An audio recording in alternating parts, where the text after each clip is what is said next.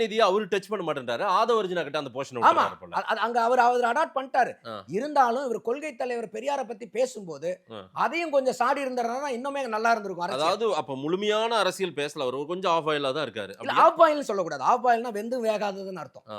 அப்படி இல்ல இது. ஆ. நீங்க சொல்ற மாரி இப்ப நம்ம பாக்குற மாரி யார் யாருக்குன்னு செக்ரிகேட் பண்ணாரு. இப்ப நம்மளே என்ன சொன்னோம்? உதயநிதி அவர் சைட்லைன் பண்றாரு. மத்தவங்க செகண்ட் நீங்கெல்லாம் அடிச்சுக்கோங்க. நீங்க அடிங்க. பேசிக்கோங்க. நான் என்னோட எய்ம் வந்து முதலமைச்சர் அவர்கள். அவ்வளவுதான். அப்ப அந்த இடத்துல நீங்க மோடி அமித்ஷாவெல்லாம் நான் தொட மாட்டேன். ஏன்னா அவங்க இன்னைக்கு இது 29ல தொடுவாருன்னு நினைக்கிறேன். ஆஹா. ஏன்னா அப்ப வந்து மத்தியில நடக்கக்கூடிய பாராளுமன்ற தேர்தல். ஓ, அப்ப இன்னைக்கு தொடுவாரு. நடக்கக்கூடியது சட்டமன்ற சோ அப்ப தேர்தல். சிலபஸ் வந்து எப்பப்ப பயன்படுமோ அப்ப மட்டும் யூஸ் பண்ணுவாரு. ஆமால்ல. ஆஹா. நீங்க எதுக்கு படிக்கிறீங்களோ என்ன எக்ஸாம் இப்ப நீங்க இங்கிலீஷ் பரீட்சை எழுத போறீங்கன்னா இங்கிலீஷ்க்கு தானங்க படிச்சிட்டு போகணும். ஆஹா. நீங்க ஏன் கணக்கு பாடத்தை திமுக படிக்கிறீங்க? எல்லாம் வேலை வெட்டி இல்லாம பேசிட்டு இருக்காங்க.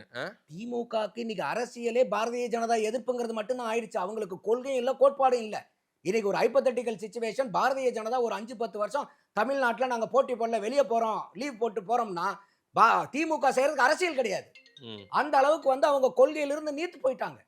அப்படி இருக்கக்கூடிய பாரதிய ஜனதாவை நீங்க வந்து இன்னைக்கு அவங்களுக்கு அது வேற வேலையே இல்ல. சரி, அவங்களுக்கு அதான் பேசி நீங்க சமூக நீதி எங்கேயாவது போய் திமுக சமூக நீதி பேச முடியுமா? இன்னைக்கு இப்ப பாட்டாளி மக்கள் கட்சி 2 பிரிவா இருந்தா கூட அவங்க எதை எதிர்த்து போராடுறாங்க? திமுகவினுடைய இந்த சாதிவாரி கணக்கு சர்வே எடுக்க மாட்டேங்கிறாங்க அப்படின்னு தானே. அப்ப சமூக நீதிங்கிறது அதுதானே. அப்ப அந்த சமூக நீதிவே நீங்க குழி நோண்டி போச்சு உட்கார வச்சிட்டு இருக்கீங்களா? அப்ப எந்த கொள்கையை போய் திமுக பேசும்?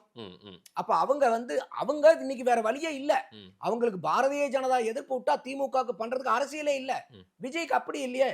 திமுக என்னென்ன பண்ணுதோ அதை பூரா அவர் அடிக்கிறாருங்க. சோ விஜய் அரசியல்ல இன்னும் குறைகள் இருக்குது. குறைகள் இல்ல, நல்லா பண்றாரு. இன்னும் கொஞ்சம் சிறப்பா பண்ணலாம்.